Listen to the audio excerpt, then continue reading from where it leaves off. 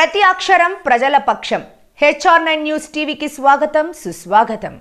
శ్రీ సత్యసాయి జిల్లా రొద్దం మండల కేంద్రంలో ఎస్ఐ నరేంద్ర వాహనాలు తనిఖీలు చేసి వాహనదారులకు రోడ్డు భద్రతా నిబంధనలపై అవగాహన కల్పించారు.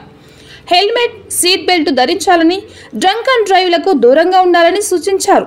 రోడ్డు ప్రమాదాలు జరగకుండా తగు సూచనలు పాటించాలని వాహనదారులకు వివరించారు. అలాగే సైబర్ క్రైమ్ నేరాల గురించి, శాంతి భద్రతల గురించి, అసాంఘిక కార్యకలాపాలకు దూరంగా ఉండాలని తెలియజేశారు. ఈ కార్యక్రమంలో రొద్దం గ్రామ ప్రజలు తదితరులు పాల్గొన్నారు.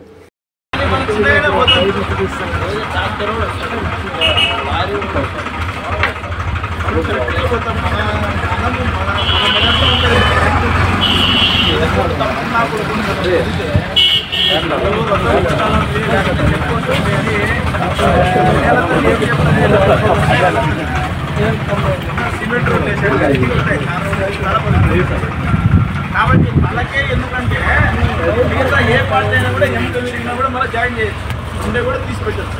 వాళ్ళలో మెదడుకి సెకండ్ అంటే సెకండ్లో 10వ వంతు భాగం మీకు ఆక్సిజన్ అందకపోతే మనిషి చచ్చిపోతారు. కాబట్టి ప్రతి ఒక్కరు మీరు చెప్పలేదు ఎట్లయితే బయటకు వస్తారు మోటార్ సైకిల్ ఖచ్చితంగా హెల్మెట్ పెట్టుకోండి, మీ మంచి కోసమే. అది మాకు హైకోర్టు కూడా తీర్పిచ్చింది. ఏమని, ఎవడైతే హెల్మెట్ పెట్టుకోలేదు ఇంకా ఫైన్ చేయండి, అది ఎక్కడైనా సరే.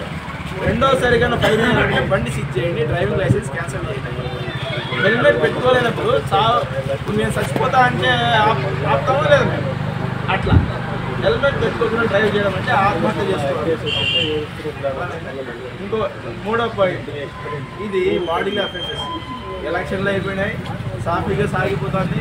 చిన్న చిన్న ఇష్యూలు ఏదైనా ఉన్నాయి, అతను ఆవేశంలో నాది అది లేదు ఇది లేదని ప్రభుత్వ అధికారం ఉండాలని మాట్లాడుతున్నాడు. మాట్లాడకూడదు.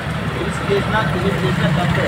ఇంకోసారి నీ ఇంట్లో నీ షాప్ అది, ఈ షాప్లోకి వచ్చి ఎవరైనా మోటార్ తీసుకుంటుందంటే నువ్వు ఆవేశంగా మాట్లాడు. ఈ government land as a government రిప్రజెంటేటివ్గా అతనికి మర్యాద ఇవ్వాలి. ఉన్న పొలంగా నీకేం పెరుకొని తినలేరు కదా, బండ్లో లేకుంటే బజ్జీలో తిన్నట్టు నీ భూమి తినలేరు కదా. నీకు అవకాశం ఇస్తాము. నీ దగ్గర డాక్యుమెంట్ లేదు, ఏం చెప్పాడు, డాక్యుమెంట్ ప్రొడ్యూస్ అంటున్నాడు. అంటే అతని నుంచి నువ్వు గొప్పడాల్సిన అవసరం లేదు, గొడవపడాల్సిన అవసరం లేదు. వయసు రీత్యా నీ జీవిత అవగాహన లేదు మాట్లాడుతాడు. ఫస్ట్ టైం కాబట్టి వదిలేస్తాడు. సెకండ్ టైం ఇదే మాట్లాడితే కేసు లోపలేస్తాడు. అట్లే మీకు కూడా ఏదైనా చిన్న ఇష్యూ నేను ఆపినా కాబట్టి మీరు ఇంటర్వ్యూ దానికి ఇష్యూ ఏదొచ్చినా కూడా మా పోలీసులు ఉన్నాం కదా, మా హెల్ప్ మీరు తీసుకోండి.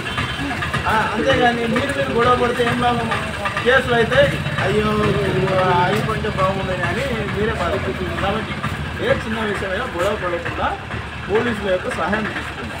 అర్థమైనా? ఓకే, అందరూ డిస్పర్స్